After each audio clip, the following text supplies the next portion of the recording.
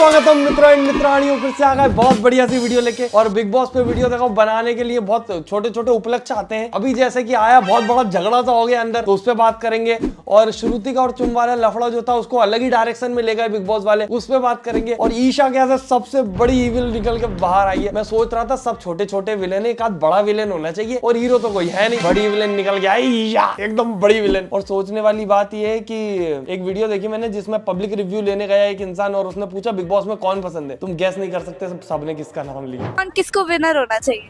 ईशा को डेफिनेटली। ईशा या अच्छा काफी एक विवियन है और बाकी 3 ईशा हैं। बताओ ईशा भाई ये इविल है, दुनिया कलयुग चल रहा, ईशा से रिलेट कर रहे हैं लोग। कहते हैं कि ईशा जो है चुगलखोरी करती है। आपको लोगों को ऐसा लगता है चुगली करती है? वो सिर्फ अपने बेस्ट फ्रेंड के साथ चुगली करती है, वो मैंने देखा है। लोग जल रहे हैं, अब वो तारीफ तो कर नहीं सकते, यही बोलेंगे। कौन ईशा से चल रहा है, कमेंटों में देखे जरा, सारी चुगलखोर होंगी इसलिए ईशा अच्छी लग रही है इन्हें। चुगली करने से तो चुगलखोर को ही सपोर्ट करेंगे भाई। ईशा अलग विलन निकल के आई है भाई। अभी ये एक क्लिप और आई थी इसकी, ईशा का असली रूप सामने, बाहर का रास्ता दिखाएंगी करण कि अब हो गया है भाई। ये ईशा प्यार करती करण से, मानो ना मानो ईशा का पहला प्यार है करण। अविनाश को उल्लू बना रही वो, या तो फिर मुझे लगता है कि शालीन को उसने करण ने वहां खतरों के खिलाड़ी में हरा दिया ना, उसका बदला ले रही हो। क्योंकि काफी सोर्सेज से ये भी पता चला है कि ईशा का बॉयफ्रेंड शालीन है, या तो शायद बेस्ट फ्रेंड है, जो भी चलता रहता है। अविनाश से ज्यादा करण का नाम लेते हैं लोग। ईशा तो ऑब्सेस्ड है करण से, दिन भर करण करण करण। और वो एक एलिस बाहर जाके वो भी करण करण कर रही है। हफ्ते में है, मुख्य द्वार देख लीजिए। और लोगों ने ये कहा कि आप बहुत अनफेयर भी रही हैं करण के लिए, as a time god. Unfair थी भी तो मैं बहुत प्राउडली अनफेयर हूँ इसके लिए। एक तो ये स्माइल करके वो करने की कोशिश कर रहा है, मैं कितनी सुंदर हूँ मुझे देखो। मत करो भाई स्माइल इतनी ज्यादा प्रीफंड में। पर सोचो अगर ईशा सच में अच्छी भी इंसान होती तो लोग बोलते wow beauty with very very good nature, but beauty with evil mind, beauty with evil mind निकली ईशा से evil. Avinash did it first. Breaking the rules, बाहर कर दो, गेम से बाहर कर दो। नहीं करूंगी भाई एक बार कंसिडर तक नहीं करूंगी। वो तो करण ने पहले ही बोल दिया था शिल्पा से कि अगर तुम उसको बनाओगी टाइम गॉड तो फिर रेडी रहो इन सब के लिए।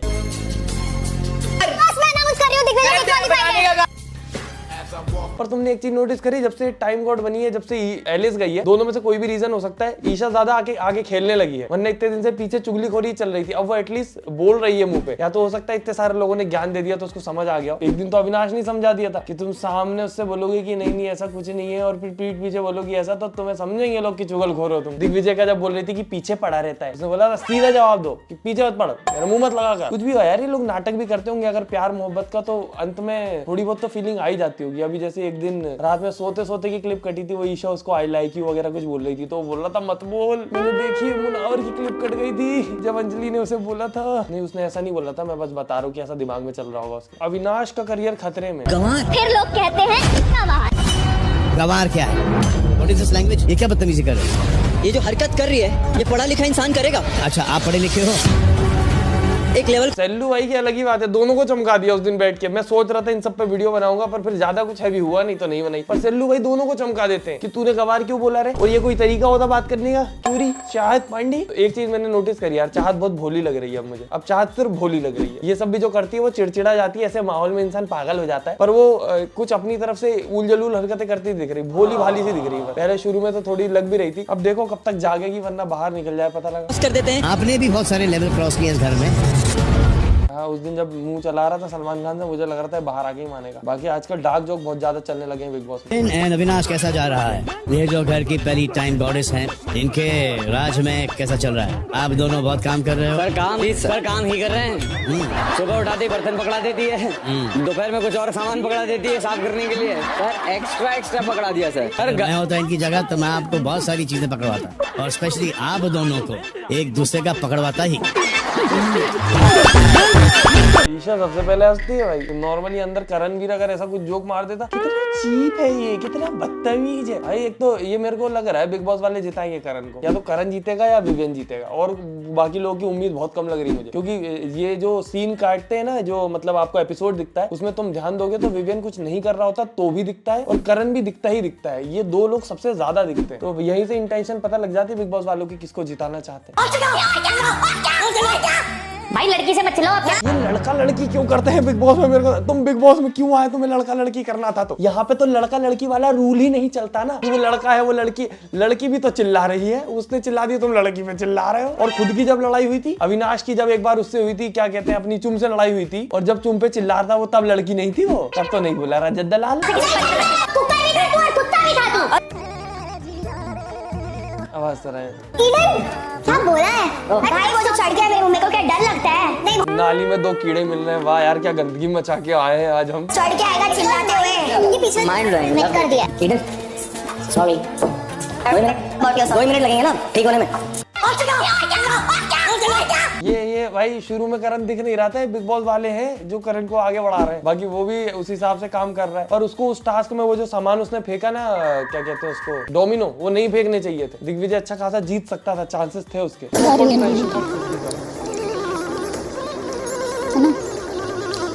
बेचारी वो चुम अपने में रहती है, कभी वो धागे का कुछ बनाती रहती है, कभी अपने दोस्तों में बैठी रहती है, चुपचाप बैठ के अपना खा रही है। उधर श्रुति का उसकी बात कर रही है। लिस्ट तो नहीं है, एक बार साइड में निकलती जा रही है, ऐसा नहीं है। लीस्ट नॉमिनेटेड तुम नहीं वांटेड। तुम एक बार भाई यहाँ के रिलेशंस पे आप ज्यादा भरोसा नहीं कर सकते, क्योंकि ये ज्यादातर लोग सब खेलने जीतने नहीं आए ना। उनका मेन मोटिव तो वही था, ये रिश्ते नाते तो ये दिखावे के लिए बनाते हैं। बाकी चुम का सीन अलग था, वो अपने कल्चर को रिप्रेजेंट करने आई थी और वो कर भी रही है वहां पे। और सच में जो एक वो मैंने नॉर्मली जितना देखा था इंटरनेट पे, जितना मैं लोगों को जानता हूँ, नॉर्थ ईस्ट साइड के जो लोग रहते हैं वो बहुत भोले भाले से रहते हैं, सिंपल। वो ज्यादा लफड़े लफंडों में पड़ते नहीं है, वो लड़ाई करते भी नहीं अपनी तरफ से, ज्यादा लड़ाई सुलझाने की कोशिश करती हुई दिखती है वो मुझे। और सच में वो वैसी ही निकली भाई। अगर वो वहां पे जाके ऐसी उल्टी सीधी हरकतें करेगी तो वो जो करने आई है वही उसका मोटिव फेल हो जाएगा ना। फिर तो लोग उन लोगों को और बुरी नजरों से देखने लगेंगे कि नॉर्थ ईस्ट के साइड लोग ऐसे रहते हैं। पर वो सच में वैसी दिख रही है जैसा लोगों को लगता है कि भोले भाले रहते हैं, अच्छे लोग रहते हैं। ये एक भाई और एक सारा है माइंड कोच, क्या लड़ाई हुई है। तेरा बाप तो है ना इधर, उधर बैठा तो है बाहर। अच्छा सबसे पहले ये गई बाप पे, पता है हाँ कहीं तू ही तो मानी है। ये दोनों इस वक्त लड़ाई में इतना हर कुछ बोल रहे थे एक दूसरे को। सारा ने भले ही शुरू किया था, पर उसने वो जो एक लाइन बोली थी ना दिग्विजय ने कि अगर मैं तेरा बच्चा होता तो डूब के मर जाता, इसका इनडायरेक्ट मतलब बहुत खतरनाक निकलता है। पर उन लोगों ने इतना ध्यान नहीं दिया, कुछ बोला नहीं। पर वो मेरे को लगता है सलमान खान उठा सकता है ये बात। पर ये जो पूरी लड़ाई चली है, मेरे को तो लग रहा था दिग्विजय को थोड़ा बैक ऑफ कर जाना चाहिए, क्योंकि आप सारा के लेवल पे नहीं गिर सकते। सारा बहुत नीचे गिर जाती है लड़ते हुए। अब देखेंगे मेन लड़ाई दोस्तों, जिसका आप वेट कर रहे थे, मेन लड़ाई देखेंगे। हाथ लगा रहा है, धक्का मत दे, अरे तो पुरानी लड़ाई है, पहले ये देख लेते हैं। मैंने 2 मिनट चालू हो चुकी है दोस्तों दिग्विजय और रजत की लड़ाई। ये बहुत दिल से चाहते थे बिग बॉस वाले, ये चालू हो चुकी फाइनली। डोमिनो पे हाथ लगा रहा है, बोंदू आदमी। दिग्विजय थोड़ा सा हिचकिचाए हुए लगता है, रजत की इतने भयंकर सा शरीर देख के थोड़ा तो लगता है। अब देखेंगे मेन लड़ाई। पहले बोला तुम्हें अविनाश ने की लिमिट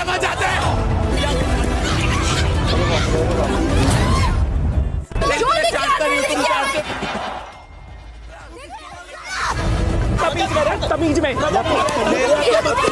ये रजत क्यों आ रहा है बीच में? औरतों से बात करेगा।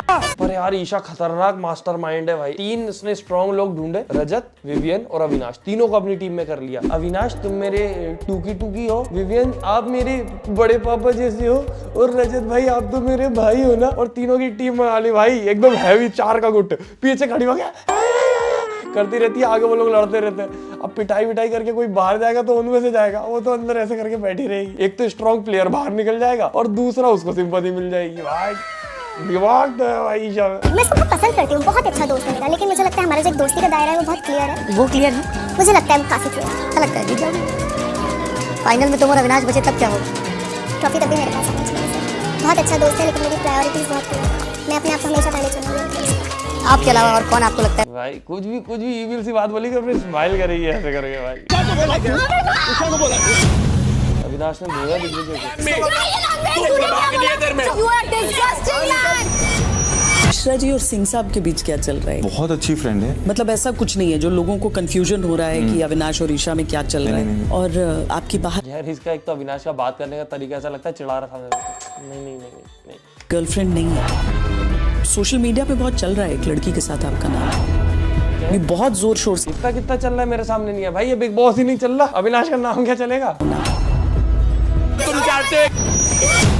भाई एक तो ये जो सीजन डूब जाते हैं ना, इनके कंटेस्टेंट पे दया आती है मुझे। वो बेचारे अंदर एक्साइटेड इतनी मेहनत कर रहे हैं कि बाहर फॉलोअर बढ़ रहे होंगे, दुनिया जान रही होगी, बाहर पता लगा शो की टीआरपी नहीं आई, देखा ही नहीं लोगों ने, लोगों को पसंद ही नहीं आया शो, बाहर फॉलोअर क्यों नहीं बढ़े मेरे।